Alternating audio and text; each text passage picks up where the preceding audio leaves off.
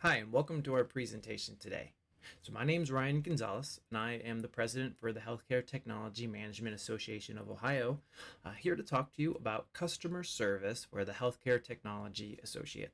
So here we're going to talk a whole lot about how to deliver effective customer service in a clinical environment for those non-clinical staff members. This presentation is going to be really good for those folks who are entering the healthcare space either for the first time or it's been a while. Maybe they're unfamiliar with how the healthcare environment is. Maybe they're not familiar with clinical equipment, clinical staff, patient care, or just maybe they need a refresher. That's always helpful to all of us. So today we're going to talk about all of that, all the different scenarios we find ourselves in, and a variety of other topics. So let's jump into that. All right, so let me adjust my camera here. Okay, we're going to look at the healthcare service or customer service for the Healthcare Technology Associate. First off the bat, who am I? So as you can see, that's me right there. My name is Ryan Gonzalez. I'm the director for HTM cybersecurity for Sodexo. I also, in my free time, as I mentioned, am the president for the HTMA Ohio and have been for a little while. And I've been, even before president, I've volunteered to help and run the association for many years now. On the side, in my free time, I am an adjunct professor for the College of Biomedical Equipment Technology. And previous to all of that, what's really most important to this presentation today is my previous experience. So I spent 10 years as an in-house biomed, 5 years as a working clinical engineering supervisor, and then a year as a clinical engineering manager. So those 16 years working in-house in the hospital with medical equipment across the entire gambit of every single clinical department you can think of, doing projects, patient equipment, a lot of interaction with both clinical staff, physicians, patients, that hopefully give me the ability to really describe to you the scenarios you're going to find yourself in and how we handle ourselves within those scenarios. So with that, what are we going to talk about today? So we're going to touch on a bunch of different topics, including how do you present yourself when you enter these environments? How do you sympathize with that customer, including who the customer actually is, understanding their problem, owning the problem, and then keeping the customer informed, following up, how to go into a patient room, and then finally, my favorite topic, de-escalating an angry customer. This is something where if you're in clinical engineering or healthcare technology management long enough, you're going to encounter this, and it can be very stressful. So let's talk about all these different things and more. So how do we present ourselves when we enter into that clinical environment? First off, we want to create a good first impression. I am sure you've heard the saying many times before that first impressions are everything, and it is the same when we enter into that customer environment. We want to let them know that they called the right person. We want to instill confidence in them. And you're going to hear me use that phrase a lot, instilling confidence. So pay attention to that over the next handful of slides as we point out how we do that in a bunch of different scenarios. So first things first, when you enter the clinical environment, you don't want to look like this guy. So you read his body posture. You immediately see he's scratching his head. He's kind of slouched over. This person does not inspire confidence that he knows what he's doing. Also, you don't want to enter the environment like this gentleman either. Clearly frustrated. He's making it appear like you're an inconvenience to him, which is not the case in our field.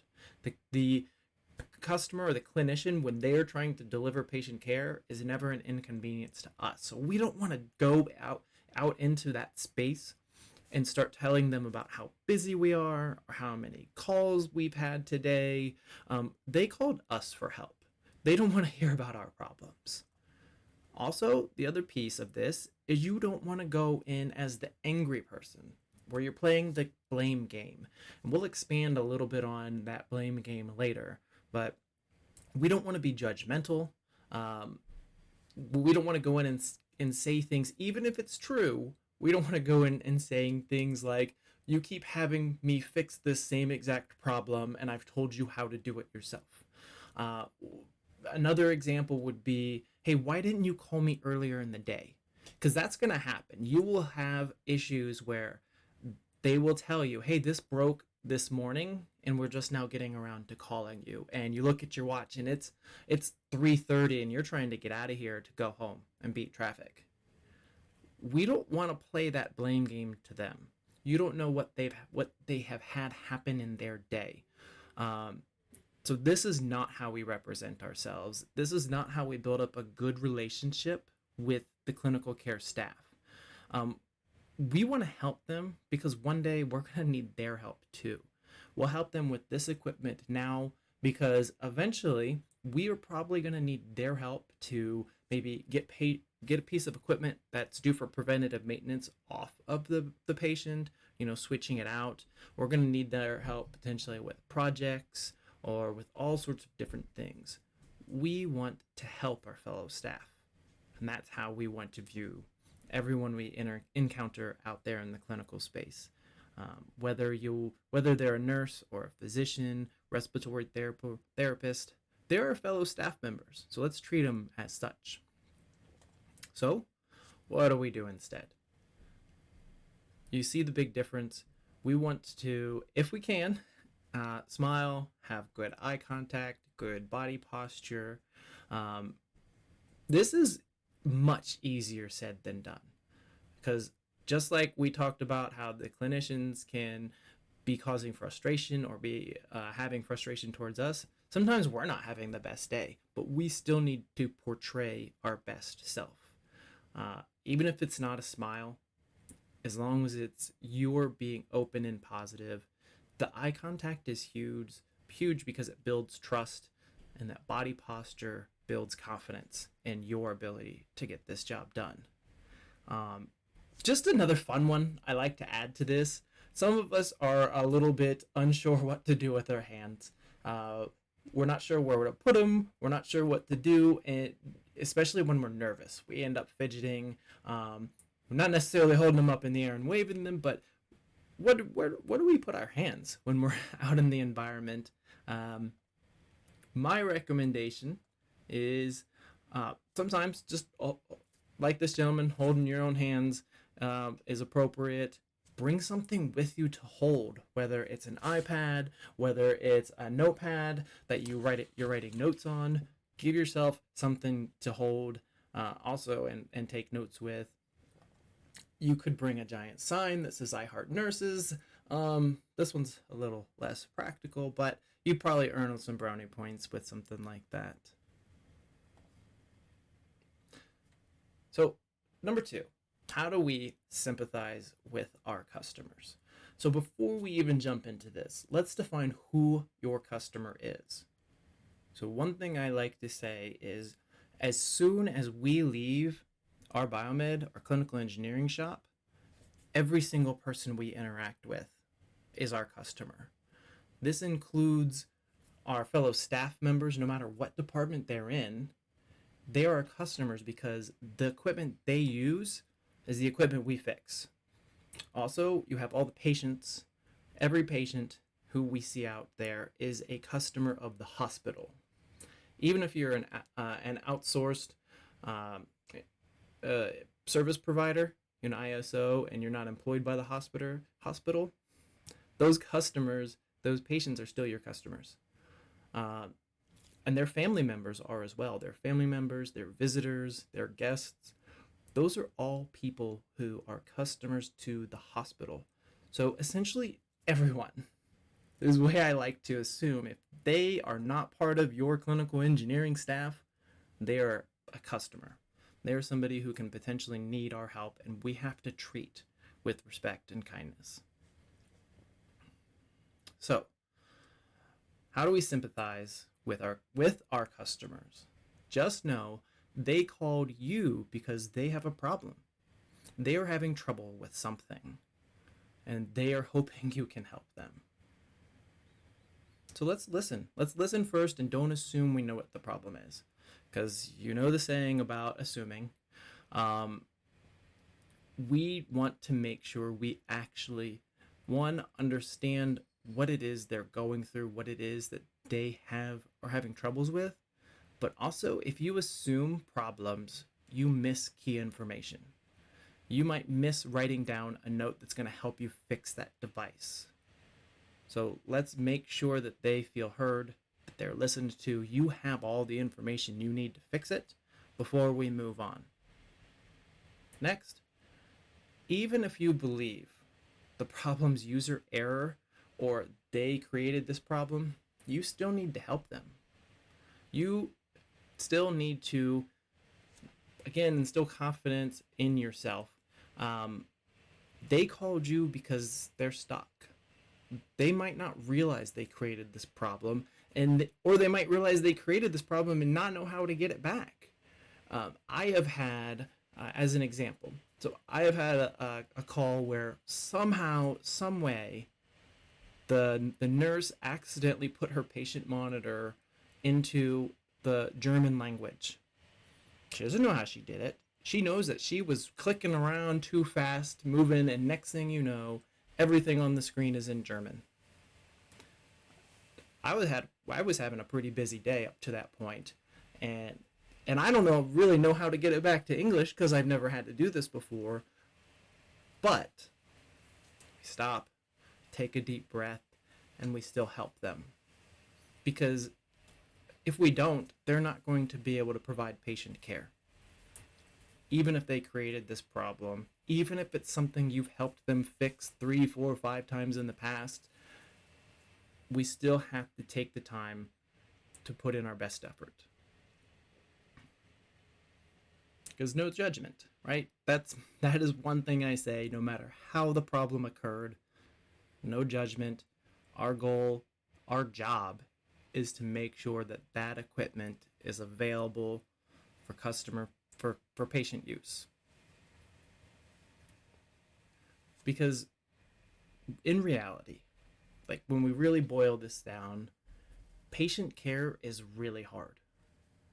You don't know how many patients that nurse might have.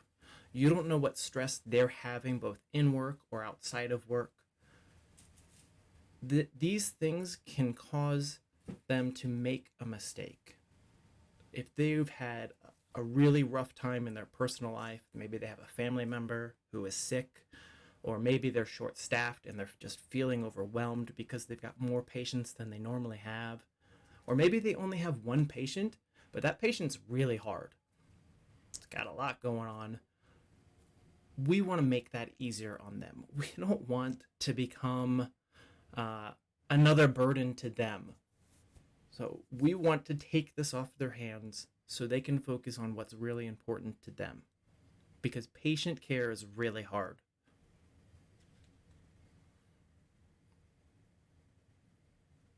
So let's take some time to, how do we understand the problem? Now there's a bunch of ways to do this. These are just some of my recommendations that have worked good for me. And we're gonna try to do this in terms of a pretty simple troubleshooting problem. So, very first thing, let's ask clarifying questions.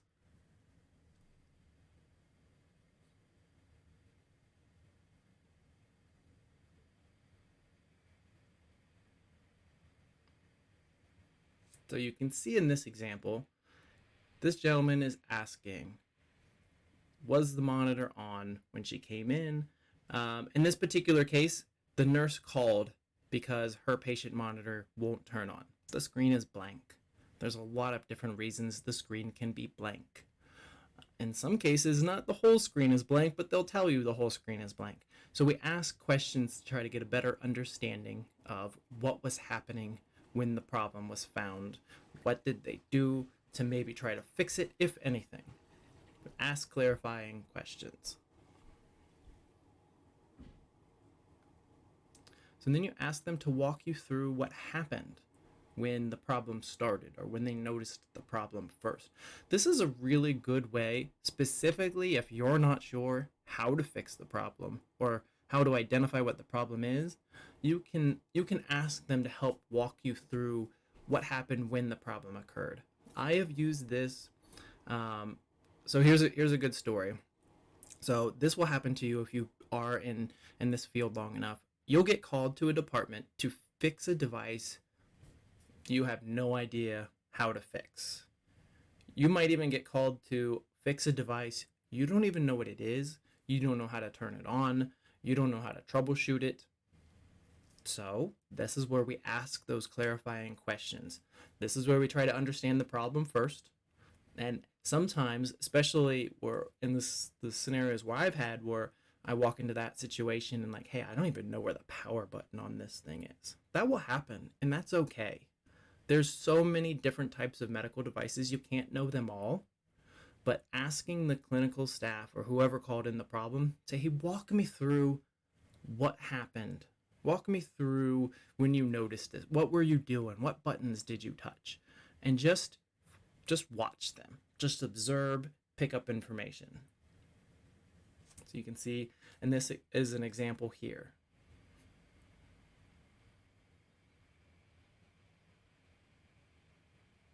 Now, obviously, this is a pretty easy example. The patient monitor, she moves it. She moves the monitor, the screen goes black.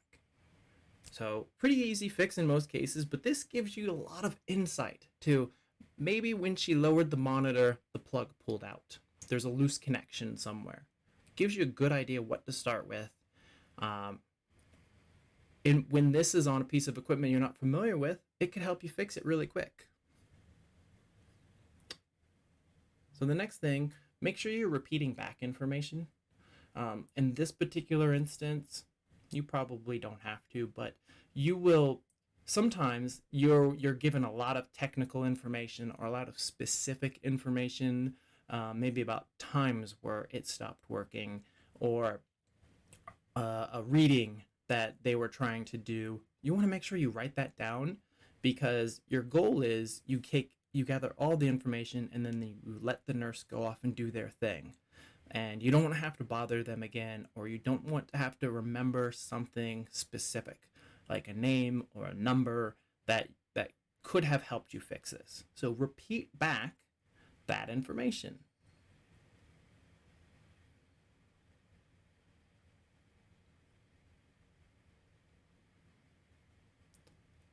And again, once you think you have all the information you need to help fix the problem, you take your notes and you let them get back to their day.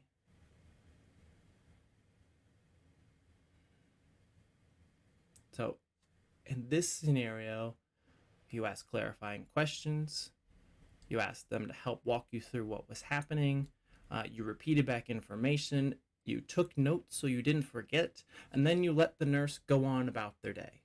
This will be a very successful customer interaction where they're going to come away feeling confident in you. So let's talk about owning the problem. It's a phrase I've mentioned a lot, the instilling confidence in your ability.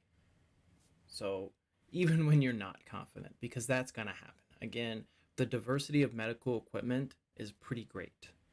The amount of types of equipment, every department is different, and there's a lot of different modalities of equipment, and some things are mechanical, some are electrical, some are computer based and software based, some are network connected. You can't know it all, but what you can do is understand your resources. What you can do is know the theory of how we fix things, who you might be able to contact. So even though you're not confident you can fix this specific device, this specific moment, you can be confident that you are going to be able to get it fixed. Whether that means calling in a vendor, whether that means calling your supervisor or manager or a lead tech or somebody else on your team to get this fixed, or it means bringing it back down to the shop, digging through the manual, calling tech support, whatever it takes. You need to let them know that you now own the problem. This is your problem now. No matter what it takes, you're going to get it fixed. This is especially important in some of those gray areas where um, it clinical engineering is involved with the equipment, but we don't necessarily fix everything.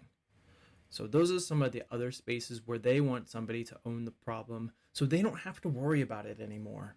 What they want to know is one of two things: either when they can have this back so they can treat their patients, or what to tell their boss. Those are two huge things. So they don't need to know how you're going to fix it. They don't need to know that you've not been to training or that you need to bring the manufacturer in.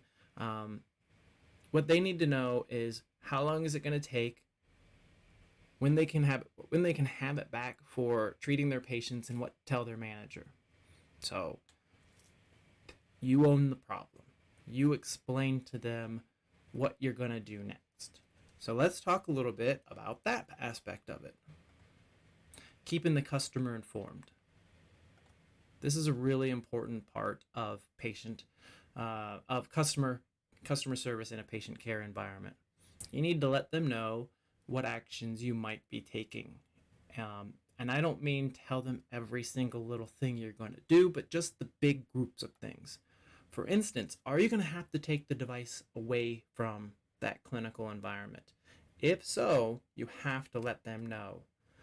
And maybe you don't know right off the bat. So maybe like in our previous example, you collected all the information you thought you needed, you let the nurse, him or her, go on to their next patient to do the next thing. But as you were trying to fix it, you realize, I need to take this down to the shop. Find that clinician and let them know, hey, I need to take this because I've got to replace a part, or I need a tool I don't have, whatever it may be. The next one, let them know, do you have a spare you can give them? Are you going to give them, do you have a spare monitor? You can set it up to work in that room, and for them it's going to be just like having the old one there. Or is that spare, maybe that spare is going to work for monitoring the patient in the room, but can't send to their medical records. So you need to let them know, are there any restrictions, any changes? If it's an exact like for like swap with all the same features, that's fine. Still let them know, hey, I swapped it out. This one's going to be just identical, no big worries. Or if it's, I had to swap it out with a different monitor that's a spare. It was an MX750, now it's an MX450, like here in the picture. The screen's a little smaller and it can't do as many waveforms. Let them know the pertinent information that will allow them to say, well, maybe I don't, if this is an ICU, for instance, maybe I don't put my most critical patient in that room that needs cardiac output.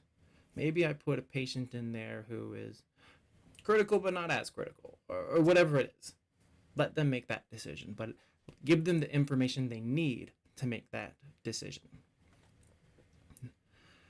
And if it's a quick fix, if it was just that power cord that was pulled out the back, let them know, hey, that power cord was a little too tight, it pulled out.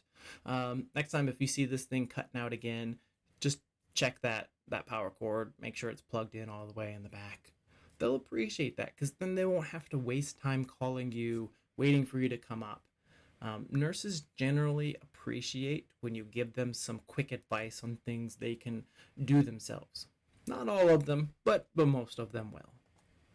And then if you have to order parts, if this is something you took from the unit and it's going to be down for a while, let them know, I ordered parts.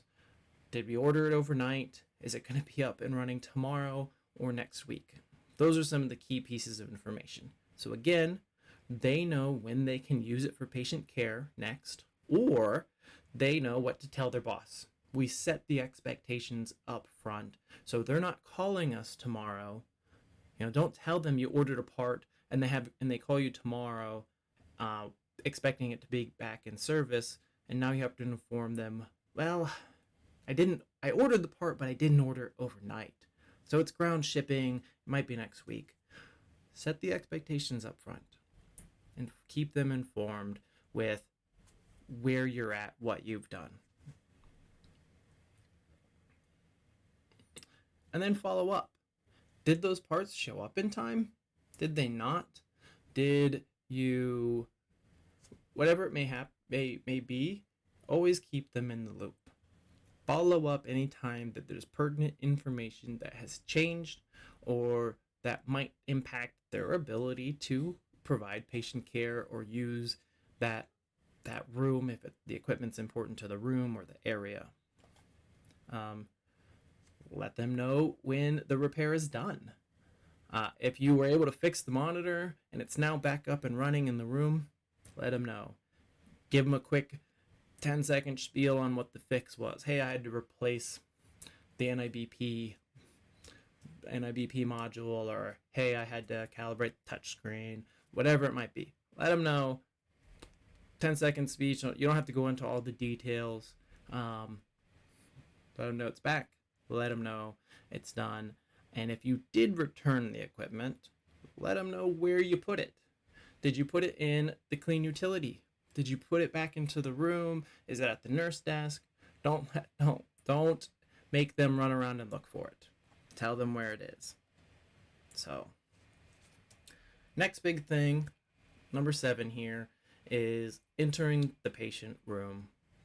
So this, as you can see here in the picture, some patient rooms are really intimidating.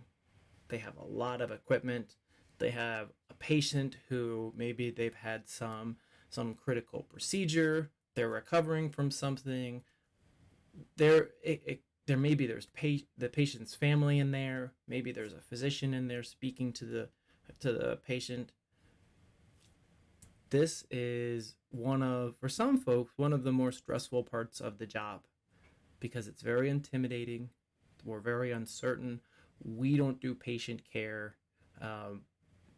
So finding our place within this environment, finding our comfort zone in here is important. So let's talk about a few things we can do to make this easier on us. So first, when you're in doubt on whether you should go in the room, check with the nurse. If the door is closed or if there's a note on the door, some examples that I've seen. I have seen where there's a sign on the door that says, "Do not disturb." Okay, well, that's on there for a reason. Let's check with the nurse and see why it's on there. I've seen notes where it says, "Patient is a light sleeper, enter quietly," or "Patient is sleeping," or all sorts of different things. Even if just the door's closed and you're not certain if it's okay, especially in certain departments, like in labor and delivery. If the door is closed in a labor and delivery room, there's probably a good chance that there's a baby being born in there, and maybe now is not the best time. So always check with the nurse on what's going on in that room if you're not sure. Also, some other signs to keep an eye out for are isolation signs. This might be a contact isolation. This might be an airborne isolation. It might be an isolation sign for bed bugs. These are things that let you know what you need to prepare for when you enter the room. And also what sort of PPE you need to put on before you go in that room. Do I need to wear a mask? Do I need to wear a hat? Do I need to wear gloves, a whole bunny suit with boots and everything? You need to know what you have to do to keep yourself safe. Is it one of those rooms where you need an N95 mask? And maybe you're like me and you've got some scruff and you're not certified to wear an N95 mask. You need to understand that before you go into the room, because it is either not safe for you or maybe you're not safe for the patient. So keep an eye on those signs. And again, check with the nurse if you're not sure. If you've decided, okay, it's okay to go into the patient's room, which will be most of the cases, make sure you knock first if it's closed. Make sure you're not walking in on the patient changing or using the bathroom or something like that. This is just common courtesy here. So knock first, then introduce yourself. So how I would handle this is I would always knock, crack the door open and say, hey, my name's Ryan. I'm with Biomed, and I'm here to check on the equipment. So that does a couple things. One, it lets them know who you are by name, lets you know what department it is, Biomed. They're going to have no idea what a Biomed is, most likely. And then when you say, I'm here to check on the equipment, that lets them know very quickly that you're not here for them. Because usually what happens is when somebody comes into that patient room, the patient is hoping that they're there for them to maybe give them medicine, maybe help them get to the bathroom, help adjust their pillows, come give, it might be their doctor giving them an update on can they go home tomorrow. That's their hope every time somebody comes in the room. So you have to let them know right away, I'm non-clinical staff, just here for the equipment. Before I move on, so the other thing with that, while you may be non-clinical staff, and they may know that, they're going to ask you a lot of questions. So I've been in and out of thousands of patients' rooms, and I cannot even remember all the different questions I've been asked them to help me with. Some you absolutely can help them with, and some you cannot. So where that line is, generally speaking, is any sort of request that involves you as a non-clinical staff touching the patient, giving clinical advice, manipulating the equipment that's connected to them, all big red flags. They're no-goes. If it involves any of those things, get the nurse or the clinical staff who's responsible for that room. But there's a ton of other requests I've gotten in the past that I'm very willing to help with and fulfill. Some examples of this would be, so going into a room and they ask me, like, hey, I need to call my son, but I can't reach the phone. Can you hand it to me? Or, hey, I wanted to finish my lunch, but the nurse moved my tray too far away. Can you help roll it back up to the bed so I can eat? Or, hey, can you plug in my cell phone for me so I can charge it? Or things like the TV's too loud. Those are all things, they're completely non-clinical. You don't have to touch the patient, give any clinical advice or clinical help. That's just common courtesy stuff. If you're comfortable doing so, please, I would be confident in saying that that's something you can do. If you're not sure, though, anything you are not sure, ask the nurse or tell them, I'm not clinical staff. I'm not sure what I am or am not allowed to do, so I'm going to go get your nurse or your nurse assistant. They'll be okay with that most of the time.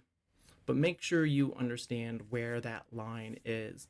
Anything such as, hey, my SpO2 is really uncomfortable on this hand. Can you move it to my other hand? That is not our place. Or, hey, these ECG electrodes are really uncomfortable. Or, hey, can you help me with my gown? I've had patients ask me to help them to the restroom or help them adjust themselves in the bed.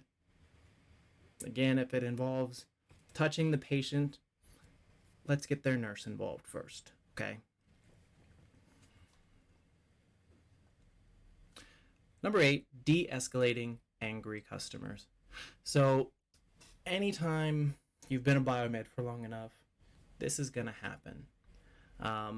It's just the way it goes. You're in the customer service business. You're dealing with people who are in their own stressful environments of patient care or surgery or procedural care. It's going to happen. So let's be prepared for it. How do we handle these kind of situations?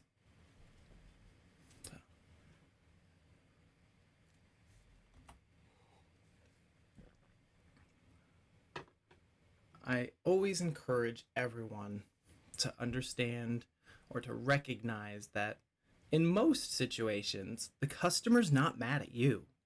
They're mad at the situation. There is something happening with their equipment that is preventing them from delivering care to their patient. And this is frustrating for a bunch of reasons. One, anytime you can't do your job, it's going to be frustrating.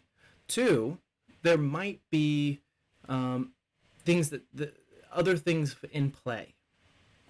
So they could have had the patient was yelling at them, or maybe they've got something going on in their personal life that you have never they're not telling you about, that's causing them a lot of stress, and they're just kind of feeding it back to you. Okay, they have a patient they can't treat because that equipment is down. Could be they have some time commitments they need to meet. So this could be both for clinical and out in their personal life. So an example of this could be, say it's a cath lab or like an endo suite procedural area. They have schedules that are set up weeks in advance of, say for instance, room 1, they have 3 patients that they need to see today, all at set times. Those patients have shown up to the hospital expecting their procedure to take place at a specific time. And if the first case or the second case gets delayed, it means every case after that also gets delayed. And in some cases, that means that clinical staff member has to stay until they're all done.